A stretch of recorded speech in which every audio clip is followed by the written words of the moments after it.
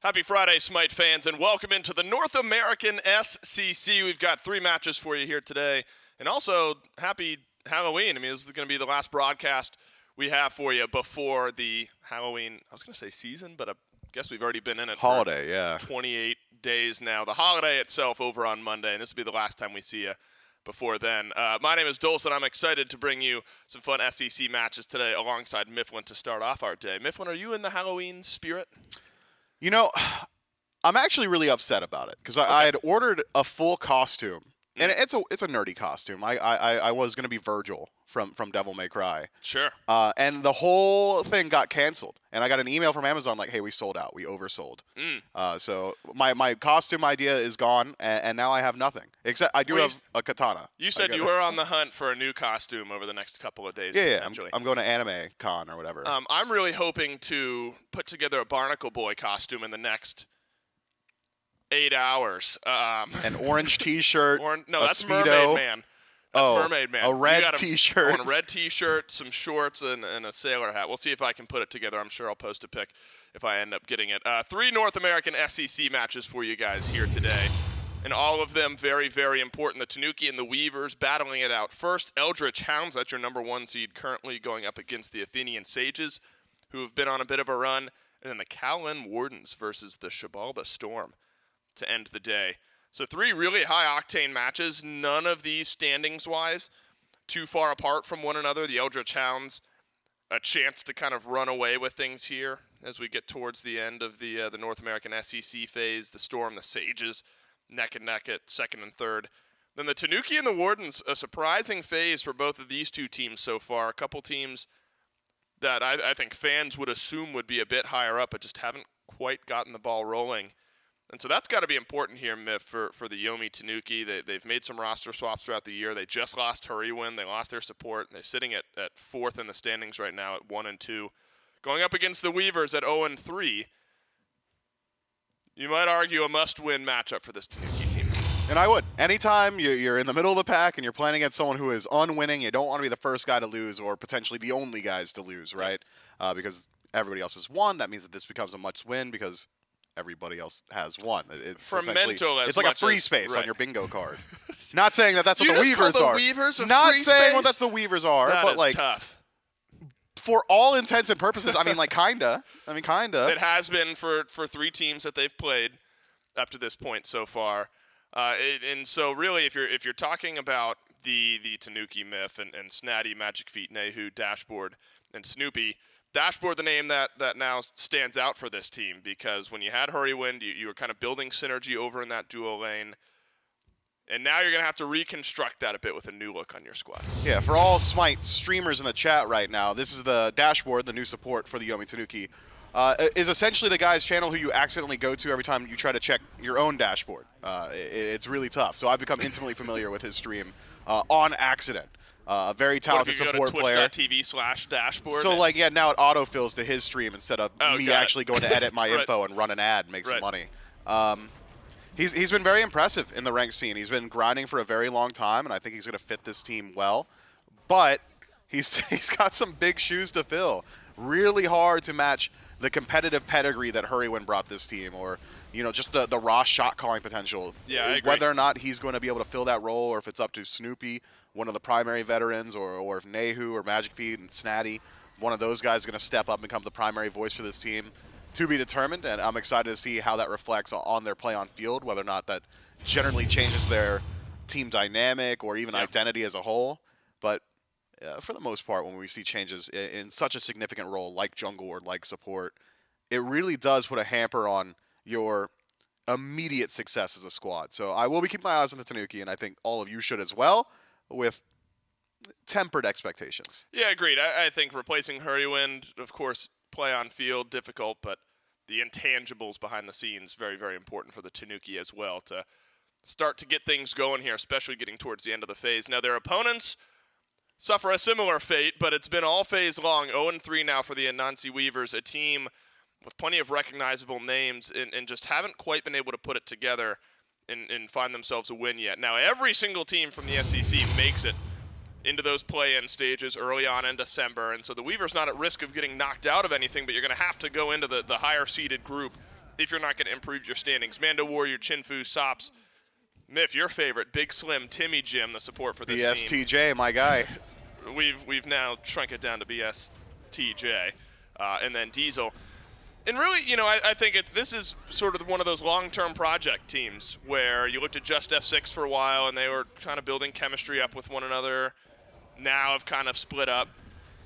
This is a team that has stuck around for a little bit of time now, and you're hoping maybe towards the end of the phase and maybe can make some noise early on in December. But tall ask against the pedigree that the Tanuki have. Yeah, it will be very difficult for them, I think, in this matchup. At least, fortunately for the Weavers, they're playing against a weakened version of the Tanuki.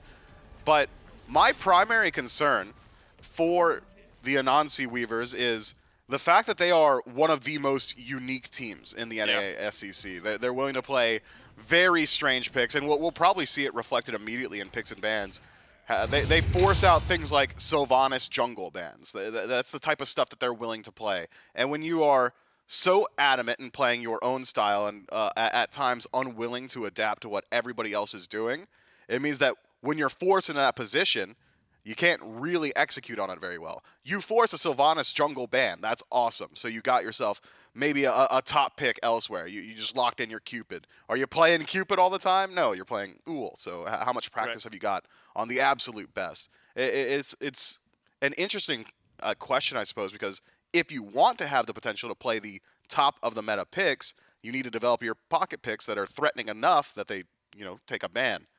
But if you can't play the top of the meta, you just got your best pick banned. It is a game of chess with yourself at some point, it almost feels like. How do the Yomi Tanuki respond to some of the unique stuff that the Anansi Weavers will be playing? We'll find out in picks and bans for game number 1. And the Yomi Tanuki will find themselves in that first pick slot. And so I think support becomes an interesting topic of conversation in this pick ban phase for the Tanuki. We knew, I suppose, what Hurrywin liked to play there for a little while. Sylvanas, I suppose, right on the mark here as far as bans go, Miff, 100% banned against the Weavers, a pick that they have been able to play to relatively good success in the past, and not something that any team has let them play all phase long. 100% ban rate on that Sylvanas, followed by a Guan Yu, a Cabrakan, and then 3 full support bans. So even without Hurrywin, the Anansi Weavers feel like Dashboard a big enough threat to warrant all 3 bans. Or that support's just a strong enough role that you probably want to dedicate some bans there, regardless of who's playing in the role, because it is legitimately that impactful right now. I'd argue support probably a little bit valued over the jungle insofar as just impact on map. Every support player is an impact player by how much farm they're able to control throughout the early, how volatile the duo lane is, and then the rotations to the mid 3v3. This is stuff I've been more expecting to see. Yesterday we got to watch the EU SCC all day, and it was very unique picks. Back to the standards now in North America. Muzan Ka brings you a ton of pressure in mid. No surprise we see that first overall for the Tanuki. On the other side, the Weavers respond in kind with some very, very meta selections. Hades and Naja. Naja is going to be very strong on his own, has some flex potential, could play support, could play jungle. Hades could play mid, could play solo, likely will be the solo lane. That's generally where we've seen him very recently with that full damage style build as well. I'm excited to see how this one pans out, but there are already counter matchups developing. Muzan Ka into Hades is a very strong matchup. Just go into that Pillars of Agony, you get a little bit of mitigation. You no longer have it if you've eaten that Stinger, and you better believe that Stinger's coming your way. Anansi Weavers, Miff, you talked about some of the unique styles of picks they have been adding. Ullr has been in that conversation. The last time we saw Ullr, though, for Diesel, it was an 0-2 performance and a loss against the Shabalba Storm, and what I believe was a pretty quick game. Didn't even break the 5 figures of gold mark in that game, so didn't quite hit the mark the last time we saw this one get played. Now the second wave of bans are going to start to roll through as the Yomi Tanuki grab Athena and Ishtar. A couple playmaking style of picks there, and really that global pressure, I think, can make things unique and a little bit harder to deal with for the Weavers. Camazotz plus Ratatoskr, ban that out. Probably smart, Miff. When you look at Athena, the ability to combo with certain types of ultimates, Ratatoskr, a great one at sudden gap closing to pair with an Athena. But Ullr plus Ho Yi, not used to seeing that as far as double hunter type of compositions. Maybe you're throwing that Ullr over the mid lane. It's got to be Ull mid, right? I think that it's fine for the most part, but the weakness of double hunter compositions is physical defense. And we've seen it made up for by certain picks. AMC with the Stinger, great prot shred. Charybdis with her second ability, great prot shed. Or if you're going to run a jungler to make up for lack of prot shred, generally it's the Nemesis. So you can at least take out that one guy pretty consistently.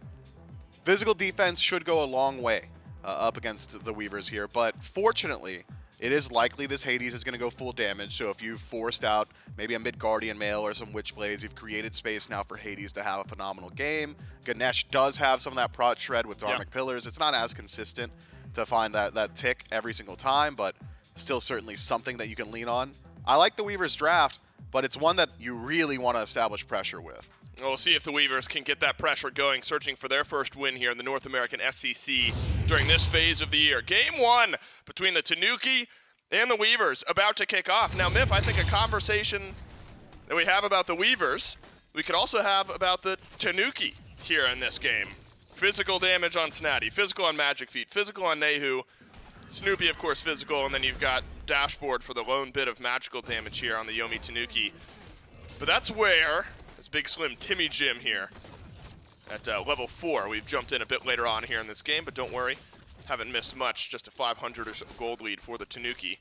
Potentially the first gank of the game. Again, feels early, but right on time as Chinfu is hitting level 5. First Windfire wheels of the game, and the silence from Big Slim Timmy Jim so important. And it looks like the Anansi Weavers one bit of damage away from a fantastic start, a 2-0 start for the Weavers.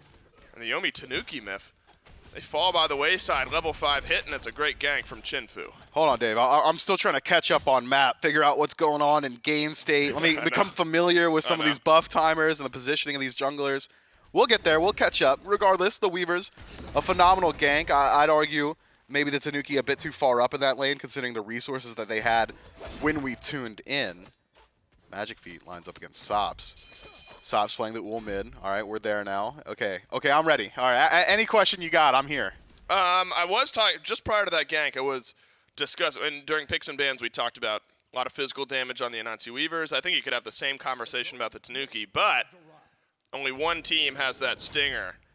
And in the SPL level, we've seen that that's enough to limit how much physical damage, or physical defense rather, can kind of do against these types of comp. There should be enough shred for the Tanuki, as long as that stinger's connecting, to mitigate the risk of a full damage type of composition. Yeah, I think so. And Nehu already off to a pretty nice start. Finish up the Transcendence before Sops does. Starts to get some of those stacks online as well. A full level lead, it would seem, too. So very strong start for Nehu. Sacrifices have to be made, though. If you're going to give that much farm to your mid laner, Panatom will be the first one to let you know what that feels like. And I suppose Magic Feet finds himself in that position as well. 2 levels down. Nehu loses the beads. BSTJ, access to the ultimate. Won't be using it this time, but you better believe when he does use it, it's going to be chunking. That Elfin's got a red. That's right, red buff for Big Slim Timmy Jim. I'm going to have to get used to BSTJ. It's good, right? I mean, it's easier to say than Big Slim Timmy Jim, that's for sure, whether that's good or bad. If he makes a hype play, you do have to say the full name. God, that just...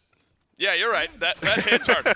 Imagine world stage, Arlington, Texas. Fought through the entirety of the SEC, right. kept some SPL teams out. Big Slim Timmy Jim on like a final. They make it all the way to finals. An underdog story. Yeah, right. A ridiculous tale, to be sure. Yeah, all right. I'm working out my calls now for Big Slim Timmy Jim if it ever. He's got to be flattered. You're prepping his world I'm final prepping call. His world's finals call right now.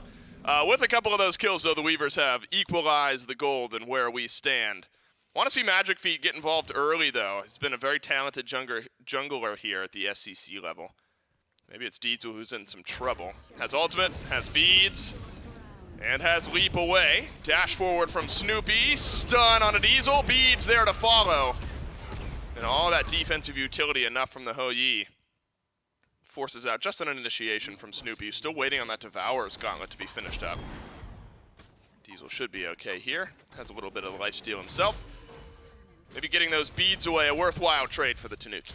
Absolutely, and Diesel's not playing a pick that is at all or by any stretch of the imagination a safe pick. You're going to really struggle to deal with the very aggressive ultimate that Snoopy's got on that left-hand side. One of the strongest bits of Ishtar's kit is just the ability to force out those beats consistently. I would argue it operates very similar to maybe a Caledonian Boar in that one guy's just going to get stunned as Nehu picks up an early kill in the mid lane. That's the threat of AMC. Stinger, Swarm of Bees, you're probably just dead with 1 or 2 auto attacks immediately afterward, especially when the AMC is playing with a lead. Fortunately for the Weavers, that Stinger landed in the tower, so he's actually got an ultimate cooldown this time, Nehu that is. Yeah, Sop's going to need a bit more safety here in the mid lane, a bit of help. Now, I will correct what I was talking about during picks and bans. The last time we saw Ullr for this Weavers team was not when Diesel was playing it against the Storm. It was actually when Sops was playing it last week against the Wardens, and that was a 13-3-11 game for Sops in the one win that the Weavers had in that set. So the last time we saw Ullr for this team really, really looked good, but needs a bit of help now after an 0-1 start. And this is always the risk with the AMC, especially when you start the Transcendence, you're stacking it up. Now the Weavers got to worry about the pace that's been set. Dashboard receives a nice burst of healing, kind of a mixed fight now as Magic Feet over on left. Dashboard might just be left to the wayside here. Should be a kill for the Weavers. Dashboard dashes away, but the Weavers across the map. Turn back too. What happened to Magic Feet over here? The kill had already dropped. That's an important trade back. Instead of a 1-for-1, it ends up being 2-for-1 for the Weavers. Yeah, Weavers doing a great job of at least forcing fights elsewhere on the map. Similarly, Snatty finds Mando Warrior. Should have walked up to that blue buff, bud. So 2 for 2 at the end of the day if you want to count Snatty's solo kill, and I think you should. Taking a peek at Snatty's build as well. Soul Eater in that first slot. It's eaten some pretty significant nerfs, but seems to be working out pretty well. Is it always Book of Thoth on Hades? Am I crazy? I know it's full damage. No, you're right. No, it's Book of Thoth. It's usually Warlock Staff, then Book of Thoth. Okay, maybe that's what I'm thinking. Then, like, Polynomicon. Right. You get so used to seeing a build in a certain order that, like, when one image looks out of place, it just raises my eyebrows a bit. You're definitely stacking, but no Warlock Staff, and it looks like a little defense here for Mando Warrior. When you're going up against entirely physical damage, I suppose you need a little bit. And so, it synergizes nicely. You're going to get Book of Thoth, Breastplate of Valor. Pretty standard build for a lot of mid laners going up against a physical damage heavy composition as well. First neutral objective of the game drops down. It's the Tanuki snagging the Pyromancer and about a 1.3 thousand gold lead here at the 10-minute mark. Now the trend has sort of changed with this Tanuki team, where for a while it was play around Snoopy, get Snoopy ahead, and Snoopy was just kind of diffing a lot of the SEC. Snoopy now with the help of Dashboard, maybe an opportunity for a kill on a Chinfu, but instead, my goodness, the CC lockdown simply too strong from the Weavers, and a bit too much done there by the Yomi Tanuki. And Snoopy, an unfortunate 0-2 start here, way behind on that Devourer's Gauntlet. Just got that early first blood rolling through his way, now struggling to find those stacks in lane because the fight keeps coming to him. Dashboard locked in place. Should be able to make his way out. Unless he gets Windfire wheeled. Yeah, Dashboard again. Burst of healing helps, but my goodness, the Weaver is just so strong and the rotations in have simply been too quick. The downside is where the Weavers, they get these series of plays, they farm up, they can equalize the gold, and then over the next couple of minutes when the Tanuki are full 5 back on the map, pull another 1 to 2,000 gold ahead. So it's the Weavers constantly fighting from behind here as far as gold and experience go. And Snoopy back in lane, grabs Executioner, and hasn't fallen in any levels behind for the moment. So does Ishtar just fine so far here in lane, and kind of going back to what we were talking about. Actually ahead.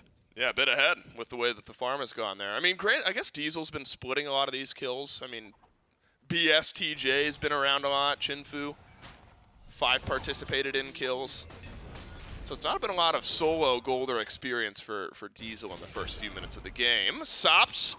Watch out, but right on time again is Chinfu. This Naja has just been everywhere. Nehu walks through the Dharmic Pillars. Big Slim Timmy Jim, simply not enough damage. Maybe if you had a red buff, that would have been a kill. But instead, the Elephant's left running. Good to see the Weavers adjusting where that aggression is going, though. Sure, Snoopy's got a slight lead, but already been lost now that Diesel's going to clear out his own jungle. Flips that lead, actually inflects it onto Diesel himself. About a half level now over Snoopy. Behind in Devourer's Gauntlets. Leave him alone. Diesel could handle that in the 1v1. They're both playing very strong 1v1 picks, but Diesel with the lead, itemization, and experience should be able to deal with Snoopy. What you need help with, what you want Chinfu to get involved with, is the mid lane. Nehu has got a massive lead, and now without Beads and Aegis, for the next 40 seconds at least on that damage immunity, I'd love to see the Naja get active there. Yeah, Chinfu, again, been all over the place. Been a lot of answering back here in the last few minutes at 401, only one level ahead of Magic Feet. And, you know, it's been a quiet game from the Erlang Shen. It's because a lot of farming's been happening where Chinfu's been active in the kills. Magic Feet has been active farming up that jungle. 2v2 over in duo, heats up a little bit. Magic Feet wants to fight now. Double stun from Snoopy on the ultimate. Magic Feet does not have blink. That's a Dharmic Pillars down, a double taunt from Dashboard. And Magic Feet holding on to that ultimate. Taunt rolls through. One more auto will do it. Then Magic Feet cleans up the kill. Again, a lot expended, though, to snag it. But the Yomi Tanuki able to get back on the board. First kill onto the Ganesh, so even if it is the support, still a valuable kill for Yomi Tanuki. No real opportunity to leverage it into an objective as of right now, in spite of the Soul Inner rotating out, followed by Mando Warrior. I'm not sure Mando wants to take that fight. Sure, you've got the Book of Thoth, but in deviating from the build that is standard for Hades in the solo, going towards Breastplate of Valor, you really don't have all that much damage output. Wow, my goodness. This is quick from the Tanuki. You've got mannequins on Erlang Shen, double ADC. I mean, these objectives are just going to absolutely melt. Now we're getting back to what I was talking about just a few minutes ago, where the Weavers have been active in the kills, but then they end up falling behind when it's a 5v5, back on the map, farming things up. The Tanuki have been able to extend those gold leads. You lose a little bit when Chinfu gets aggressive, finds a couple of kills, and then when everyone's back on the map, the Tanuki are just better at shredding down the objectives. Have now restructured that gold lead into a really, really comfortable position, about 2,000 gold now for the Yomi Tanuki. And so though Magic Feet, a couple of kills participated in behind Chinfu, 5 to the 3 of Magic Feet, I think the Erlang Shen has done quite nicely here, Mifflin, in the shred on any of these tankier targets. In a really, really good spot for the Tanuki. Yeah, especially once he finishes up that next item, likely that kin size. Should be able to get involved pretty consistently in the fight. Won't have to, again, worry about Mando Warrior because he hasn't gone down that lifesteal tree either. Generally, we'll see if he decides to still. Generally, it's the Bancroft's Claw in that third slot. Lifesteal so important to this pseudo glass cannon. Can't even call this one a glass cannon Hades build because you become an off tank essentially just by healing through the majority of that damage. Yomi Tanuki take yet another objective and potentially a life here. Sops could have been in some trouble, but Stinger not available to Nehu. Seems to have missed out. Could have at least forced out those beads, but even just poking a little bit of damage through and getting the objective, I'd argue a clean win. I mean, I was looking at what the Weavers were doing, trying to put some pressure onto Snoopy and potentially a purple buff that had not respawned yet. There's 3 members over there, the duo lane plus Chinfu, while the Pyromancer was happening, and Snoopy, smart enough to realize his job was just to back up, not get ganked by the Weavers, and so really good kind of magnifying glass example of what's built up this gold lead for the Tanuki, where the plays and the kills haven't worked out in some of the downtime. There's good damage from Chinfu, though, who's built relatively strong between the Jotuns and the Brawler's Beat Stick. So make no mistake, at 401, Chinfu's still very, very strong. Haven't seen it in a full-blown team fight just yet, but has slowed down. So maybe it appears, Myth, that the Tanuki have finally gotten to that point where this Naja isn't quite going to be catching them off guard as it had in the first handful of minutes of this game. Yeah, everybody's got beads now, dashboards, beads back up, 5 beads on the side of Yomi Tanuki, right. So best of luck. Snoopy immunes the ultimate, and he's got some backup. All right, my fault. Did catch Snoopy a bit off guard there, but smart by Dashboard and quick to ult on in. Snoopy not really left worse for wear. So Dashboard's ult down, Chinfu's ult down. Snoopy able to kind of kick back, continue farming things up, goes into the OD bow, whereas Diesel into the chin size. So more health shred on one side and more attack speed, and that fantastic passive on the OD bow for Snoopy over on the flip side of things. Could affect blinks later on. That chain, well, chain lightning, technically not the right term, but it's what I'm going to use. Could bounce around and keep those blinks in combat. Damage out. Nehu able to pick up the Stinger, so no huge investment from the Yomi Tanuki over here towards mid. Also no neutral objectives. This is just fighting for fighting's sake if the Tanuki are able to find anything. We haven't seen a full 5v5 just yet, Myth. Maybe the Tanuki feeling comfortable with their gold lead here at this point. And indeed, the Odibo swinging away, bouncing around the Anansi Weavers, and maybe the Weavers smart to back up. Yeah, I'm looking at the Weavers draft now, and it's who's burning beads so that Chinfu can take someone into the air. Chinfu really only has one potential target on the Tanuki, and that target's got a CCMU and ultimate, so best of luck being able to apply it. And it was beads that he had burnt for himself. Snoopy, the only ones with the relic down right now. Maybe BSTJ can get involved with the dash, but there's no real damage follow-up. Stops slightly behind, so a dash, real committal from the Ganesh. You'd kind of hope that Bladed Arrow, Hail of Arrows, enough damage to threaten a life. And I'd argue probably not enough right now.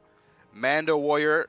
Are you hoping Pillars of Agony gets it done? Pillars of Agony might be able to do it. The Fear, very strong as well, but does Mando Warrior have enough damage to threaten beads? I'm not even certain that that's the case. He has deviated wildly from the standard build. He's not a true tank, and he's not a true damage dealer. Book of the Dead in that third slot. Do you miss that meta? No. Yeah, do I miss the 80% of your HP as a shield meta? Yeah. No, I'm good. I'm good on that. I loved when every character was Nike. That's awesome, dude. Yeah, it was really sweet. For like them, it was The just mid like, laners loved it. I'm sure the assassins did. yeah, the assassins hated it because we all had to buy like Sunder and Ankh to deal with the shields. It's not fun. Yeah, zero fun. Well, that's something that the Tanuki are going to have to deal with against Mando Warrior this game, in theory. I mean, could be an answer. I don't know. I mean, because we've seen this style of composition from the Tanuki at the SPL level. We'll see how they do in the team fight here. Snatty, tanky enough. And a little bit of damage, but hey, guess what's been happening in the meantime? The Primal Fury burnt down by the Yomi Tanuki at the cost of Snatty's ultimate. Mando Warrior dashes forward. There's some beads burnt. That's Pillars one. of Agony takes the beads away from Snatty, but nothing else on the map except for FG for the Weavers to fight over. And I don't think the Weaver is going to be confident enough to pull that It one. shouldn't be. 6,000 some odd gold down, or maybe more. My math's not great. 5,000, we'll call it. This early in the game, still pretty significant, I'd argue. Yomi Tanuki should have about tier 2 item on each individual player over their opposition. You can start upgrading some of those relics. Ward coverage should start to favor them as well. And by removing the gold for you don't need to concern yourself with the Weavers just going for an objective trade. Just group up on the Pyromancer, force a fight there, and see whether or not the Weavers are willing to respond. You could even heat check the Fire Giant itself. Diesel showing himself on the left side of the map. Go, Trebuchet, go. It's time. Huh? Can it? Oh! Trebuchet MVP. Yeah, the Tanuki now going to burn down the FG, and they'll do it quickly. You need a steal here if you're the Weavers to keep this game within reach, and the Tanuki snagged the FG, but the Pillars of Agony have delayed out this fight. An ultimate in from Dashboard slows things down. Snatty up, down. Snoopy's got to use the Aegis. Low health on the Anansi Weavers. Fantastic taunt in from Dashboard, but this one not clean. A double kill from Snatty, and Chinfu's been involved as well. Ends up being a 3 for 3. Unless Snatty and Dashboard can chase out Chinfu, but this Naja is speedy. He's got Blink too. So it's up to Dashboard. Taunt through. Chinfu will not be able to use the blink. Snatty ends up getting 3 in that fight. And Diesel is on the other side of the map working down the tier 2 tower. All things considered, Myth. I mean, you lose FG on 3. 4 for 3 trade. I mean, Tanuki happy that it's lopsided in their favor, but could have been a lot cleaner. I would argue the Weavers just get more than they should have there. A tier 1, a tier 2, and in a 4 versus 5, a 3 for 4 trade. Awesome for the Anansi Weavers. Maybe Snoopy, had he just beads the Naja ultimate, likely would have turned around that entire engagement, but loses out on the majority of his HP before he lands and dies promptly afterward. If he just uses beads, I think he just sticks his ground, wins that fight pretty handily, while simultaneously making sure those Odysseus bow procs continue to ring through the entirety of the Weavers. Fire Giant maintained, though, on your front line for Yomi Tanuki, so you could still maintain siege. Frontliners are some of the most important people to get the Fire Giant on. They're tanking the towers. They need that HP 5 that Fire Giant gives you, that additional sustain. And when Snatty's doing as much damage as he is, Fire Giant just makes it a little bit easier. Snatty forced to ult away from the ult of Mando Warrior. Now Snatty's in some trouble. My goodness, the build My man went Intel mode there. Yeah, Let's get it real. So now we're back on to one Fire Giant buff, and it's just for dashboard. I imagine that pumps the brakes on this game a little bit. Gold lead hasn't quite crumbled necessarily for the Tanuki, but definitely not in a spot where it's building up super heavily. Tier 1 tower knocked down by the Anansi Weavers. And those individual picks, it's like 1,000 cuts, right? I mean, it's still a steep, steep hill to climb for the Weavers, but it's those types of mistakes that end up delaying these games to the point where the gold lead simply does not matter. Could it happen again? Blink forward and ult from Chinfu on to Magic Feet. And yes, indeed, another one for Sops. Now it's the right side Phoenix that's being sieged by the Weavers and taken by the Weavers. My goodness, what a split push here from the Anansi Weavers. They send all 5 right and they get kills as well as a right side bird. And Nehu, the more recent to get burned down. This is disastrous for the Yomi Tanuki. Shouldn't be a Titan siege. But wow, it's the Anansi Weavers so far behind, have just played the map a little bit better. Yeah, I mean, I'd argue Snatty, who's now on the respawn, probably cost his team everything on the right-hand side. Fortunately, Snoopy yeah, look at Snoop. knows when to hold him and knows when to fold him. Certainly holds it this time. Takes the more valuable of the 2 Phoenixes to fall and delayed, so should sync up better with that Fire Giant respawn timer. But rewind to how this starts. It's Snatty with Fire Giant, who walks alone, completely alone, nobody on his team within a country mile of him, into the enemy back camps at the 24-minute mark as a squishy Mulan. That's not a dedicated tank build. What's best case scenario there? Maybe you catch Sops out, because Chinfu wins that 1v1 almost certainly. Diesel probably wins that 1v1 as well. Could meet up with Mando Warrior and poke him, but that guy heals himself, and BSTJ is not dying to a Mulan. I can't piece together what Snatty wanted. Yeah. And then on the defense afterward, Magic Feet gets caught out just a little too far forward. Needs to realize that there's no reason to play up in a 2 versus 5. Crazy. Yomi Tanuki, like Icarus, man, just a little too close to the sun there. Well, look, still a hearty gold lead for the Yomi Tanuki, and the Weavers have to continue to make plays like that happen a few more times likely here in game number 1. But as far as pumping the brakes and what could have been, Weavers get back a lot there. I mean, the Fire Giant fight a few minutes ago goes fantastically for the Weavers. And you're telling me that you get a near deicide and knock down the right side Phoenix? The Weavers take that every single day of the week. Now, the bad news for the Weavers is their left side Phoenix is missing. So when they go to defend this next Fire Giant against the Tanuki, you're going to have Fire minions walking down the left, Oni Fire minions at this point.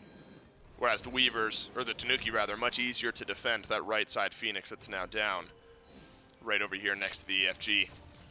So you still favor the Tanuki, Myth, but as far as the last few minutes, feels like shot calling and team fighting has looked a bit better from the Weavers. Losing a little bit of confidence. And again, the Tanuki find themselves as 2 staring down the barrel of a 5-man Anansi Weaver gun. Group up, play together. You've got the lead, so utilize it. Snoopy split pushing out right. That makes sense. Keep the minion wave at bay. Weaver's still moving forward. Wow, Big Slim Timmy Jim. He's going to be the one who's caught out. Mando Warrior walks forward. He can't even get the Pillars of Agony off. That's an alternate timeline you saw get burnt. Both teams falling prey to the walking too far forward issue. Oni Fire minions have made their way into the Weavers' Titan room. Now the Tanuki they're going to take the advantage they've gotten for themselves and get the FG, this time on all 5. The idea from the Weavers is we need to fight, and we need to fight soon, because the longer the fight goes, the more likely our Titan starts to take damage from our left Phoenix being down. Already those mini waves starting to work their way in towards the base. Chinfu forced to defend it. So I can agree with the Weavers stepping up, and they stepped up together as 5. It's just that the initiation didn't look so good. And again, I think it might just be because Mando Warrior's build is legitimately just not great. It's just not great, man. You're not the alternate timeline? Alternate timeline, Breastplate of Valor. My man does no damage and he's not tanky. I'm gonna keep it a buck, man. I don't understand the goal of this build. Physical defense. He's got a little shielding to help out. A little. And then when that fails, alternate timeline to get you back. And did you see how massive that timeline wins? You got 3 escape clauses. That's right, and none of them worked. Okay, maybe but that was Mando on their own in the middle of that fight. Like, maybe an alternate timeline works better when you're not the only one getting focused. We'll see. Now it's Snatty too far forward, but able to sprint away from the engagement. Over on left, looks like Magic Feet and Mando Warrior brawling it out a bit. Would love to knock down that Phoenix one more time, but without the range, going to be difficult to do so. Back and reset for Snatty. Taunt in, forces a back step. Now Big Slim Timmy Jim steps forward, roots in a few, and Nehu and Dashboard both left low. Snatty executes one. Silence from BSTJ, fantastic. But still, the Yomi Tanuki able to weather the storm, forces back a couple members of the Weavers. Magic Feet simply doing as he pleases underneath this left side Phoenix. Yeah, I'm just saying, like, this doesn't happen if Mando Warrior's got like a Polynomicon and some damage built up. Yo, you got him. He tanked the Phoenix in front of you and took it. Magic Feet's not like, oh no, he got me. Magic Feet's like, oh sick, I got the Phoenix. Mando's about to hit the double on the dashboard right in your face, Miff, and it's the build. No, it's Chinfu who gets it. Nice little taunt there at the end. But again, none of this clean. The Yomi Tanuki dropped the left and the right side Phoenix, but it cost them 3 of their 5 Fire Giant buffs and a decent amount of time remaining on it as well. You probably had another couple minutes to work with there if you're the Tanuki. So yes, you're happy at the map state increase. But now if you're the Tanuki, you don't have team members to push this lead any further for the next 20 or 30 seconds. Not much do you need to push the lead into, though, right? You've already taken out 2 Phoenixes. That tier 2 tower is a stiff breeze from being reduced to rubble. I think Tanuki are in a pretty decent position. Of course, it could have been cleaner. Maybe coordinate the dive with Snatty a little bit more so. Just have Magic Feet be a part of the team fight instead of split pushing. I'm not going to leave too much at Magic Feet's feet, though. He did take down that left side bird, which is in of itself very, very valuable. But when you kind of break down how the team fight looked for Yomi Tanuki, was dash in from dashboard, find the taunt, finds one. So on brand. A little bit of poke. Nobody finished off a kill. Snatty's diving on his own in the back line, trying to create space. Imagine if Magic Feet's there with Snatty. Maybe Snatty lives. Maybe gets a couple more kills, or he's at least there to help out with those like 10 HP or 10% targets from the Weavers that just slipped out of the grasp of Yomi Tanuki. It's got to be about not being split up, right? Because Big Slim Timmy Jim has burnt the beads as a Ganesh of like 3 or 4 members of the Tanuki within the last 10 minutes of this game. Now, he's going crazy. Engagement. Mando Warrior goes in. Book of the Dead. All right, Book of the Dead. He drops the Yomi Tanuki. Now with their advantage, though have lost dashboard in the fray. Chinfu left running away. A double kill for Nehu. Big Slim Timmy Jim heads back to base. And Miff, you think they might have the numbers, the Tanuki against Sops and BSTJ. You've got 2 frontliners. Snatty has not taken damage yet with a double Hunter composition. And no AoE DPS on the side of the Weaver. That's gotta be Jeej, right? Like, that's it. Just have Tanuki run it down. I don't even think you need to go through the mid Phoenix. You can because it won't take so long, but yeah, just play for the Titan. I'd like to see them collect a wave. They had time for that. The waves are so far away, though. Now Sobs has got to go big. The Titan dropping low, and at 31 minutes, the Tanuki sieging up the big one, and the Tanuki will take game 1 in 31 minutes. A wild back and forth match where it just felt like neither one of them could catch a break, right? Individual picks here or there look good for the Weavers, but once the team fight started, the weakness of their composition started to rear its head. They just didn't have a way to initiate those fights consistently. Ganesh can go in and knock up one, but against a double Hunter composition, during that knock-up where you've self-rooted, you're just going to die. Hades can go in and pull the attention of all 5. That's what Pillars of Agony does. Yep. He didn't want anybody looking at him with that build, so when they did, he also died. Alternate timeline, Miff, was like a minute and a half from coming back up. Would have been nasty. Huge towards the end of that game. Yomi Tanuki take game number 1 convincingly. Time for a bounce back from the Weavers. Game number 2 right after this.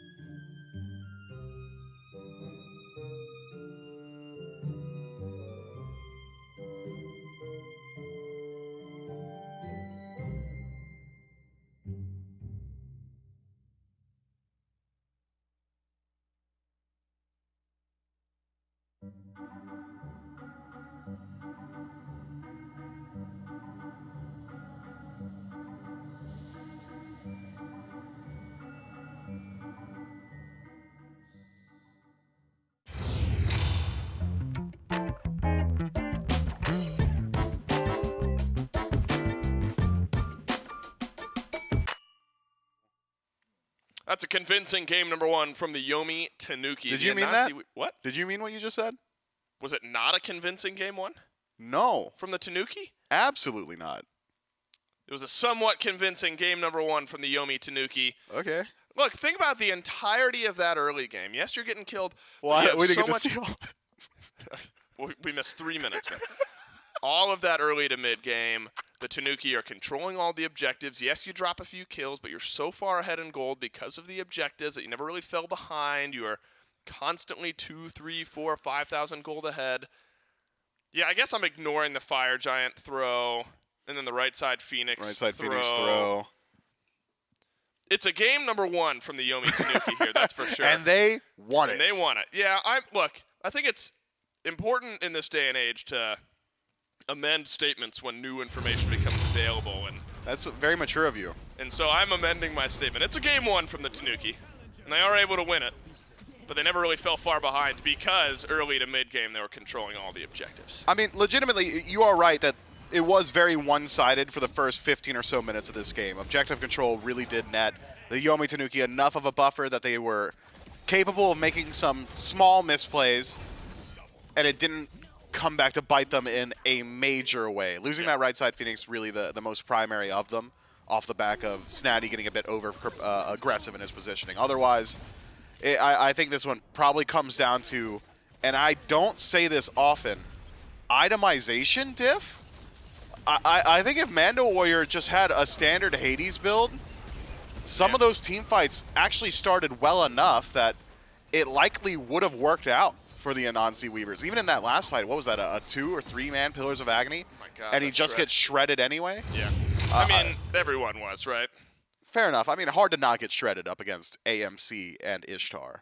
But definitely a unique build there from Mando Warrior. 2, 4, and 6 on the Hades. 7-2-7 from Chinfu, but a lot of that early on in the game, it was 4-0-1 for a long time, and then the fighting started to break out, and so slowed down a bit for Chinfu.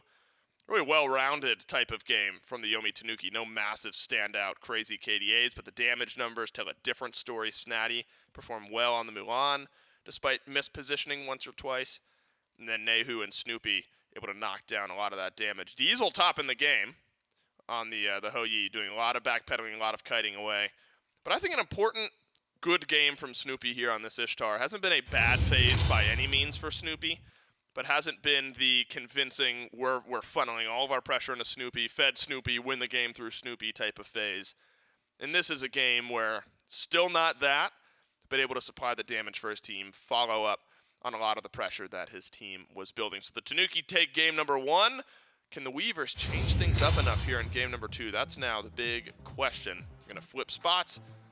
That'll put the Weavers over in the first pick and the Tanuki over in second pick. I'm going to score later on. Oh, no, I won't because I'm not casting with him today. There's been a big disparity between first pick and second pick win rate throughout the year so far because every once in a while, I guess depends on the meta, there's like a clear divide between first pick and second pick. I don't know if I've noticed that difference so far this year.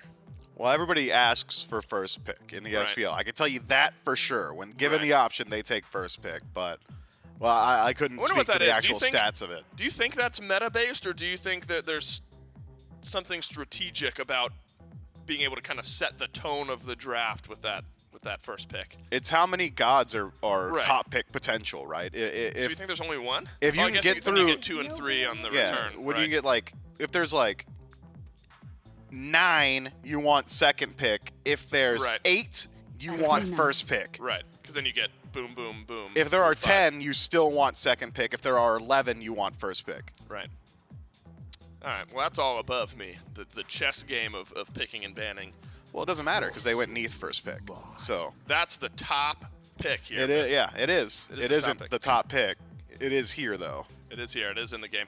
Neath compositions I always enjoy, largely because of that build. I've shouted it from the rooftops about how much I love World Weaver and the insta-delete type of build. You get Mannequin's Hidden Blade, hopefully, later on in the game. So we'll see. Sylvanas has been banned out all phase long against this Weavers team.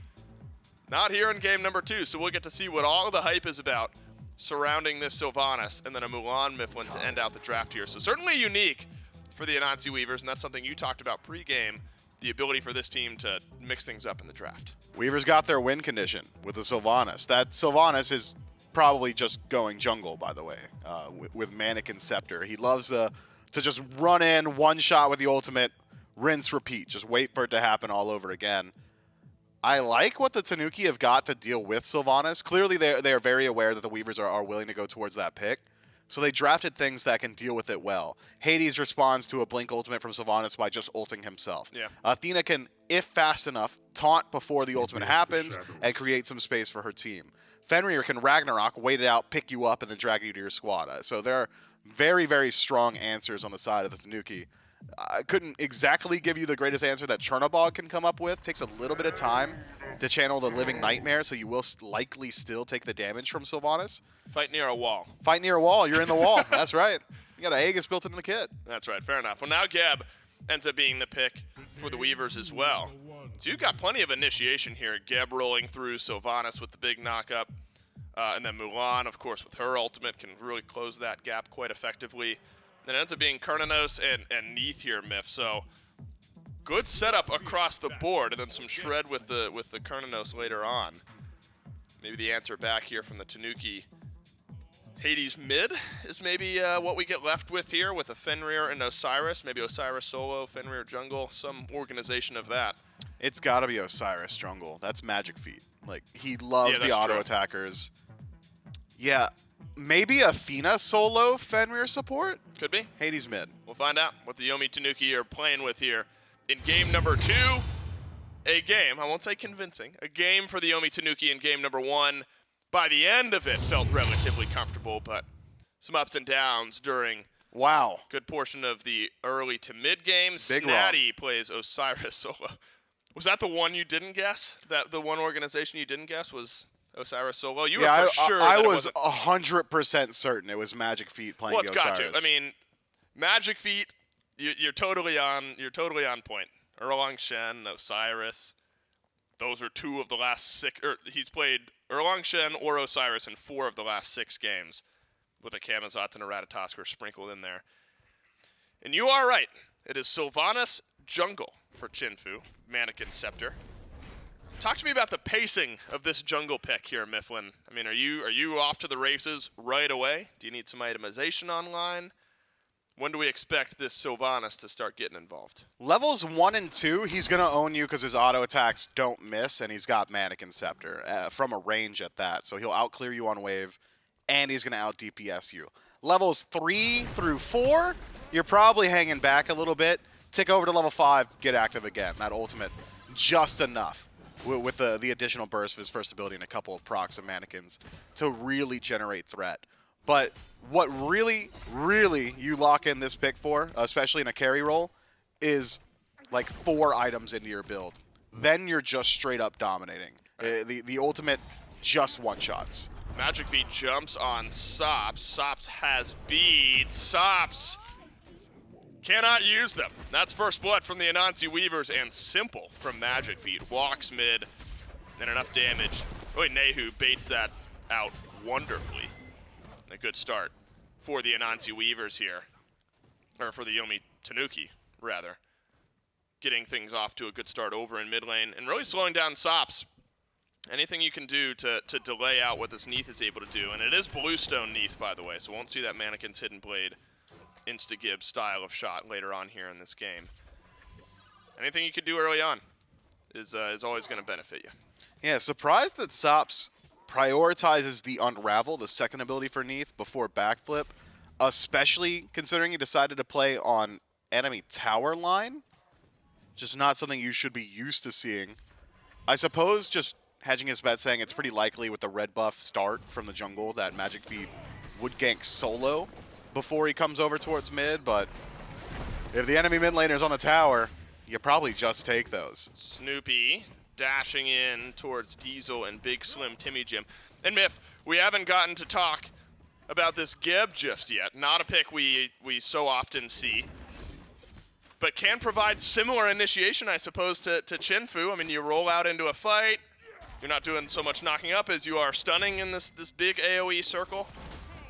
Really feels like if the Tanuki group up too heavily this game, the team fight might be a bit difficult.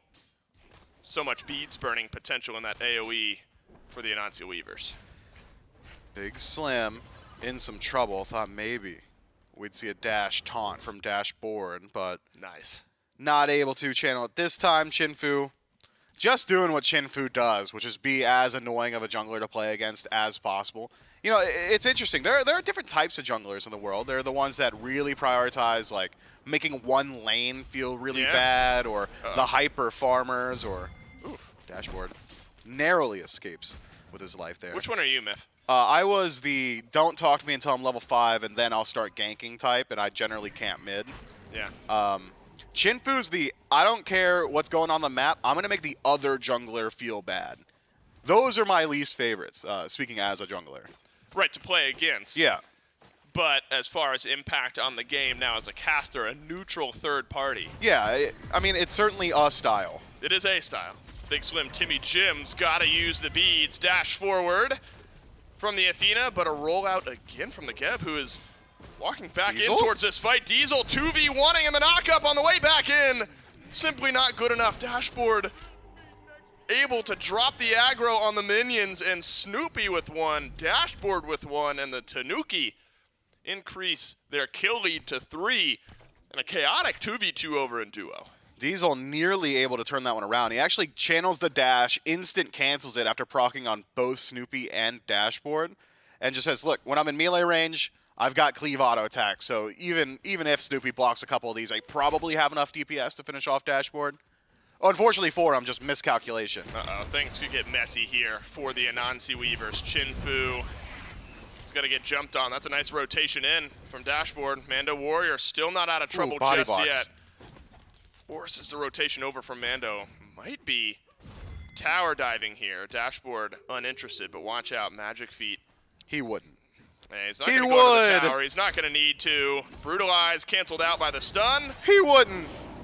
And Ragnarok, Feet. You don't love having to use the Ragnarok, but you use it, you get the kill. And now the Tanuki with a totally different playstyle, Miff. It was objective-minded in game number 1. This is rotate heavily and get kills-minded now, as Dashboard and Snoopy both use those global ultimates to help defend right. But we're starting to approach that portion of the game, especially in 9-10. With a lead like this, maybe you could start looking towards Gold Furies. You've got a pretty decent auto attacker out of the jungle. Magic Feet with the Seething Howl and Crusher start means that his attack speed and power still pretty decent. Snoopy starting to get some of those stacks and Devour's Gauntlets. If another fight goes as well as that, could see some early objectives with the 9-10 changes. What's going to happen if Nehu goes for the exact same build as Mando Warrior here? I'll roast him. So you And I'm boys with Nehu. Does situation change your opinion? Absolutely not. Like that is now a mid lane Hades. No. You're going to have some tankiness in theory with Snatty. Nah. You don't need the tankiness necessarily. So you think regardless of You scenario, absolutely need the well, you need the off tankiness. I want to see just some lifesteal. As long as I get that Bancroft's Claw a little bit earlier and something that boosts your damage. I love the Polynomicon build. I'd love to see a Warlock staff. Just give me whatever SOT's doing, okay? give me that and give me that regardless of the role. Yeah, wouldn't every team love whatever SOT's doing right now? Some of that, please. My goodness, that guy is good at Smite. Yeah, it's hard to replicate, but Hades at the SPO level also hard to replicate. FineOK has been doing it very, very well as well.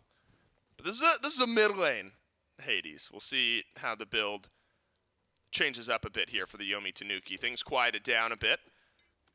But when that next rotation of ultimates is up, that's when the Anansi Weavers really have to be careful, because when Dashboard and Snoopy can do a bit of this, the dash in, the taunt in, kill for Sops onto Snatty, and the beads by Snoopy, wonderful. Scepter not able to finish off the kill onto Diesel. Snoopy, though, will go up into the air, dash down towards a Kernanos, and he's not winning shots! Convincingly.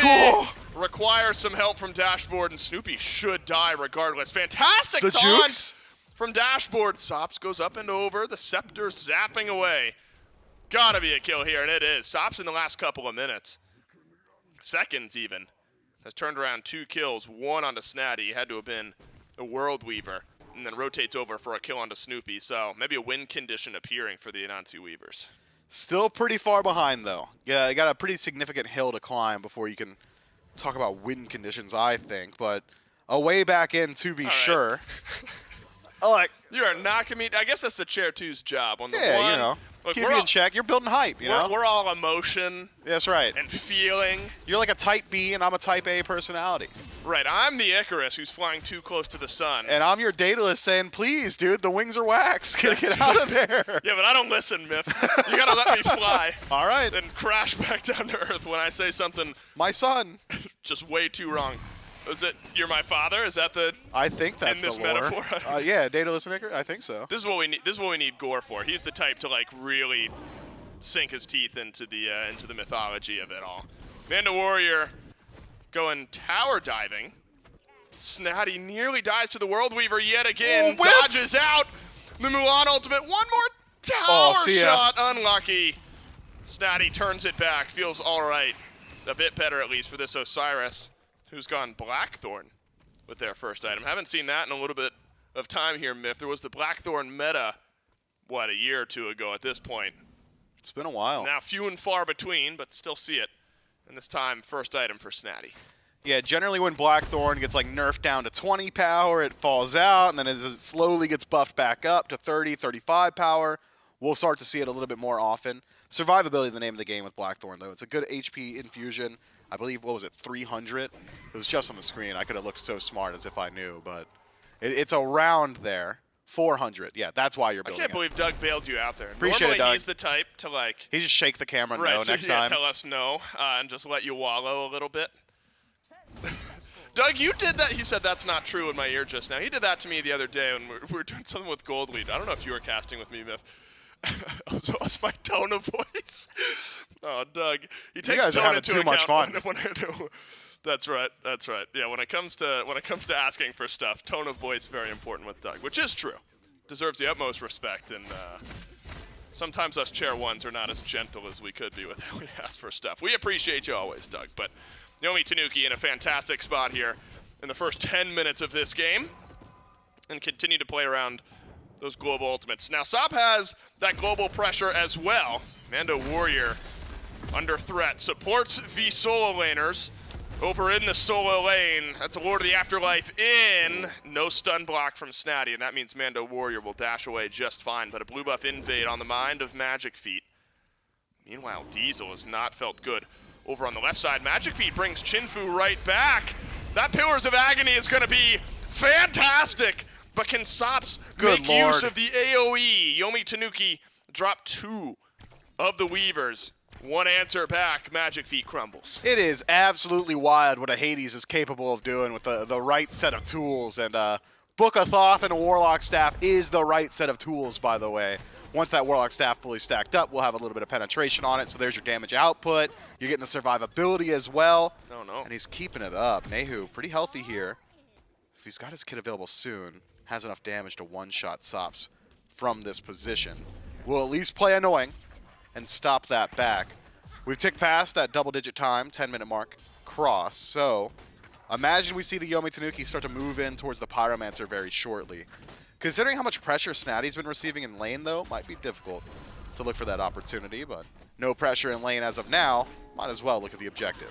Yeah, it's Pyromancer now for the Tanuki, and it's what you figured would happen, Myth. You know, even if you don't have the same overwhelming shred as you did in Game 1 between an Erlang Shen, double ADC, got the same lead. Scepter. You got a similar lead, and that's just fine, at least as far as the Pyromancer goes. Over on the left side of the map, Snoopy has felt okay here in this lane, has used that ultimate to rotate out a few times. Hasn't resulted in a massive lead, where Diesel has hung in there at level 11 as well, but drops to 0-2. So I bring that up because normally a large left side lead, a very ahead ADC or support, makes you feel a bit more comfortable going for that Gold Fury early. Maybe if Magic Feet is hovering over towards left, gets something done. We'll step over a ward and should be the indicator that Diesel needs to back away, unless Diesel is the one baiting out here. And a kill on the left side of the map at 12 minutes, very risky, Myth. One heavy team fight, one way or the other, likely means first Gold Fury. Would be Snatty. This time the Neath ultimate coming just a peel, not in time. What happens here? I mean, my goodness. That's an easy pickup, but I'm not sure you can do much with it. That's big damage from Nehu. Pillars of Agony, good again. Sops has to backflip away. Double Cataclysm and triple knockup from Big Slim Timmy Jim. Chinfu with another. But that's it. That's your team fight if you're the Weavers. Now you just got to get it done with damage. Taunton from dashboard. Sops from range. Knocks down Snoopy.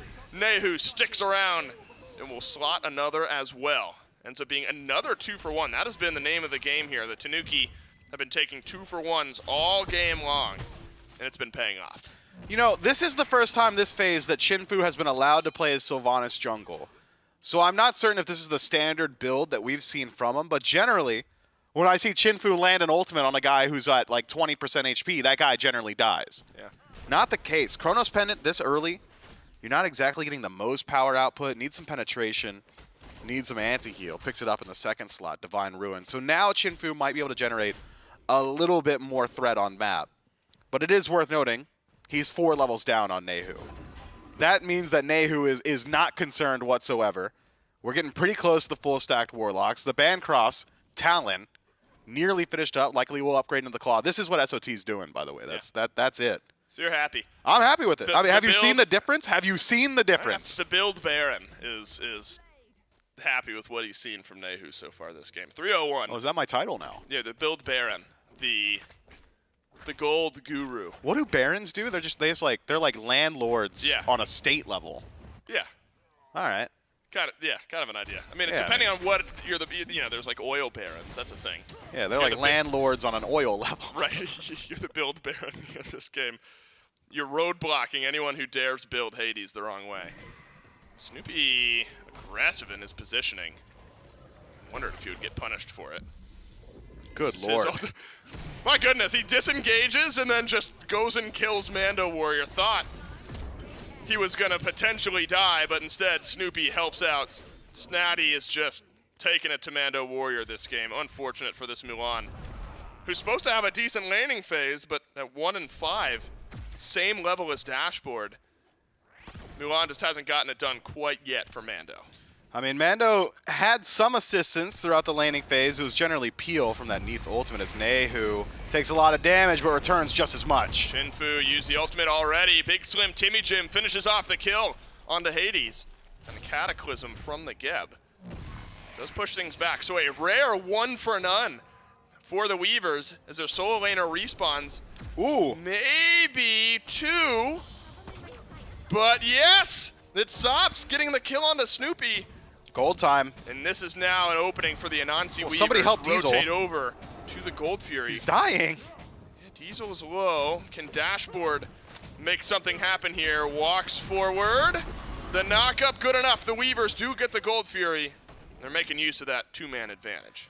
Tough stuff there. Chinfu clearing out the Oracles while Diesel's fighting for his life, trying to get an objective for his team.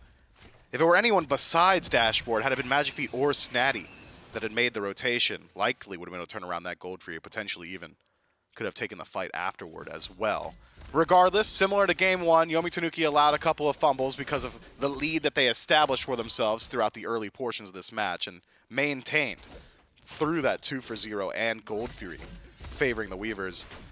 I'm looking at the team comps, though, and I'm still concerned about initiation, which is not something I'm used to saying with a Geb and Sylvanas on the same team. It's Dashboard now. It's under threat, but as we so often seen, we'll just ult away. Big Slim Timmy Jim, double Cataclysm, Mando Warrior, good for CC. If nothing else so far this game, Dashboard unable to play the game. And this was sort of what was happening to the Tanuki in game number 1. These odd picks out here or there really made the difference and gave the Weavers a route back into the game. Snoopy ults underneath tower. You don't want this, Snoopy. Few more of those connecting. Maybe you get the kill onto Sops, but that takes half of his health and damage. 2 levels down. A wishful thinking type of play from Snoopy at best. Mando Warrior locks eyes with Snatty once more. A lot of fighting on the map right now with not a whole lot to fight over. Really only you're thinking about the Pyromancer, unless it's a couple of clean picks, then potentially the Fire Giant. I'm keeping my eyes on Tanuki. Namely, I'm keeping my eyes on Magic Feet as of right now. Doesn't have great targets for his ultimate, but Chinfu, no beads for 30 seconds, could be a great one to pick up with that Ragnarok. No defense built for the Sylvanas means that a Ragnarok would likely just be a death sentence. Tanuki, they'll pull out the Pyro. You can't find a fight, you can bring it to you, or at least give the opportunity to the Weavers to try and show up and defend. It looks like Tanuki just fine, taking the Pyromancer and backing away. I've got some clarity from you. Billy helped us out here, Myth, and I'll hold this thought as the fight is now broken out. Double taunt in from Dashboard. Nehu, another good Pillars of Agony, and this time much healthier on the Hades. Has slowed down Geb, but no kills dropping. The threat of Sops high enough. Strongest member of the Weavers, Chinfu. See it. Stuck around. Snatty calls him on it, and the Tanuki do end up finding one. I will cycle back, Myth. So the last time Sylvanas was allowed against the Weavers was week 5 of phase 2. All right, I'm not going to get a chance to talk about it. Yeah, it's all right. Yeah, Sop's going to die. Week 5 of phase 2. Oh, hold on. Mando Warrior's under threat. I'm just going to get it go out. on. These individual kills matter less. Against the Hounds. Wait. And the build was Mannequin's Hidden Blade, Chronos Pendant, Divine Ruin, Soul Reaver, Staff of Mirrodin. And the Weavers won that game up against the Hounds. And so it's pretty similar. Yeah, we're on a similar pace here. And hasn't quite hit the same mark. It was a 5-2-15 performance from Chinfu. Fire Giant started from the Tanuki. Dropped, but then re-picked back up. And it should be Fire Giant plus a couple of kills unless Big Slim Timmy Jim it's so low. Gets something out of it. It's so risky Just to leave it this low. There's the knock-up, and that'll be the completed FG. Oh my god! For the Yomi Tanuki. Diesel walked forward, up, down. And Diesel walking forward, maybe the last thing he's able to do now in this fight. World Weaver connects onto Snatty with no impact. All 5 of the Tanuki get FG. Just so dangerous, isn't it? How they're playing around that Fire Giant. What was that, like sub 1,000 HP for nearly 10 entire seconds? Nervous. It's just a Geb, you know? He's not going to take it from you. Try your best for confirmation. The Yomi Tanuki, they do take the fight and they take the objective in one fell swoop. Now Fire Giant on 5. And a massive lead and plenty of gold to collect on the map. You just got to think it's a matter of time before they push this lead to a point where the Weavers won't be able to fight back. With that said, I think the Weavers, with this composition, can likely put up defense around tier 2s. Initiation 1 note, just have Chinfu going with the ultimate. Have BSTJ do the exact same thing. Mando Warrior can help out with that dive as well. So, the Tanuki Their goal is survive initial rotation of abilities. That really is the entirety of it. Right. If Cataclysm's down, if Sylvanas' ultimate is down, the Weavers have no team fight. There's Sylvanas ult. That's down. Now the Weavers have no team fight. Just kidding. You still got a little bit more to get through if you're the Yomi Tanuki. Like, one more thing. Yeah, one more thing. World Weaver hasn't quite deleted targets, but Sops has still had a very good game at 5-3-3 despite everything pushing against the Anansi Weavers. Diesel Yikes. cancels the back, dashes away, has beads, uses beads. Ragnarok Feet. does drop. Hand on face for Magic Feet. Dashboard won't get out either. This is exactly what happened in game 1, where the Tanuki have these big leads, these massive advantages, and then hand back a couple of kills to the Weavers. They are allergic to playing as 5, man. It doesn't make any sense to me. Just group up. You're in the lead and you have Fire Giant. Now Snoopy's getting isolated. Snatty catches a stray. Neath ultimate on accident. And Chinfu, nice pull, does connect. But the damage is not enough. Chinfu's got to use the beads, but now Snoopy is going to get run down. Body blocks good onto the Hades, but is there enough damage here? I don't know. Mando's at 2-6, so Nehu should be okay. But now you're down to 2 FG buffs again. You know, if the Tanuki's still in a very strong spot, still 5,000 or so gold ahead. But if you're a team, even if you win this game, if you're a team that wins this game and wins game 1 in the way you did, I think that's fantastic. VOD review territory is what did we do? Why did we Why did it go so twice in 2 long? games drop 3 of our 5 FG buffs simply being split? And the Weavers unfortunately have just such a tall hill to climb as far as golden experience goes that you're going to need a few more of those mistakes from the Tanuki. Primal Fury, though, is a good place to start.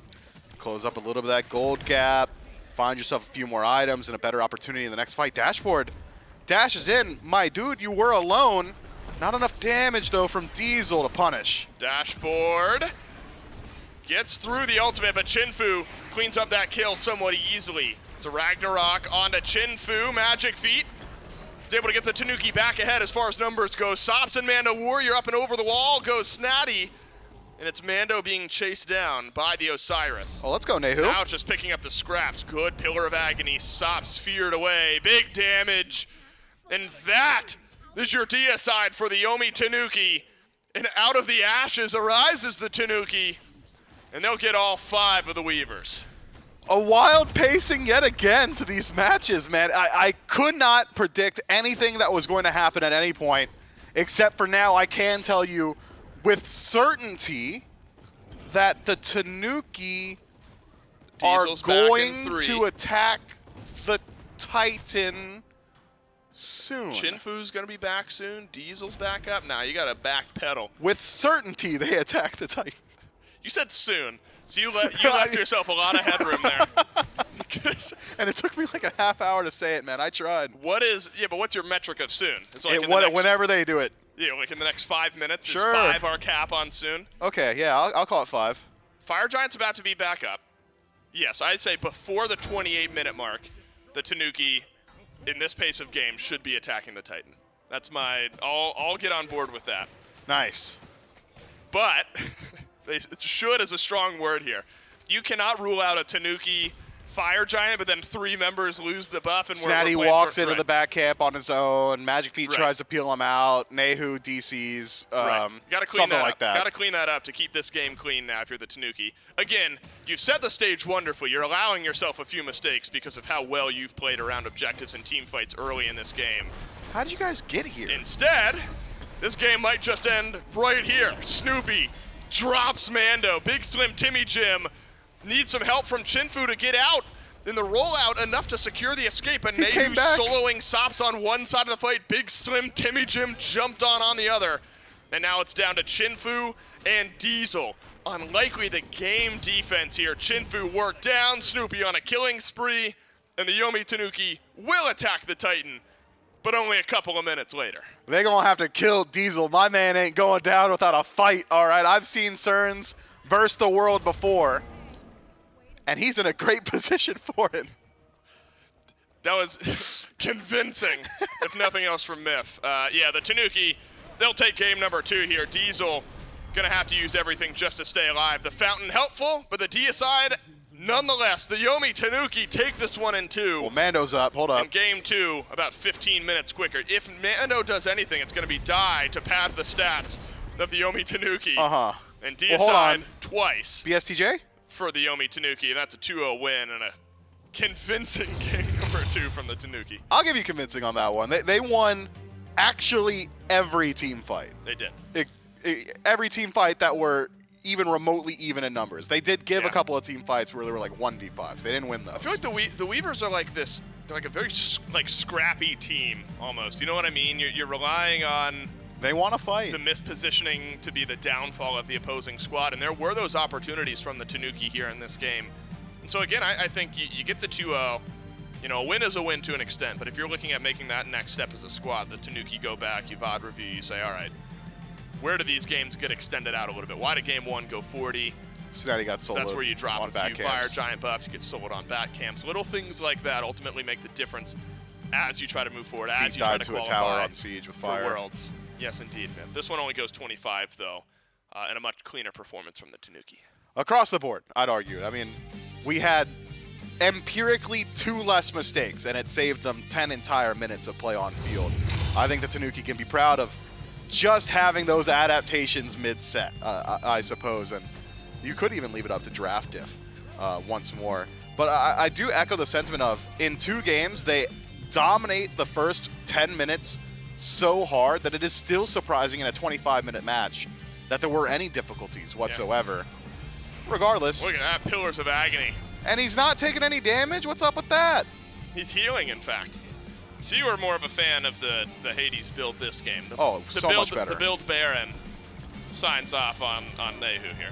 Yeah. Is that because you two are boys, like you said? No, Nehu didn't. Is this build Baron bias? I'm just saying, Nehu didn't have Breastplate of Valor. He had a double stack, and he built SOT stuff. You know, Mando Warrior built like.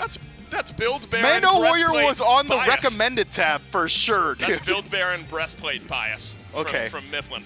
My goodness. The BBBB. The Better Business Bureau. Breastplates, I guess.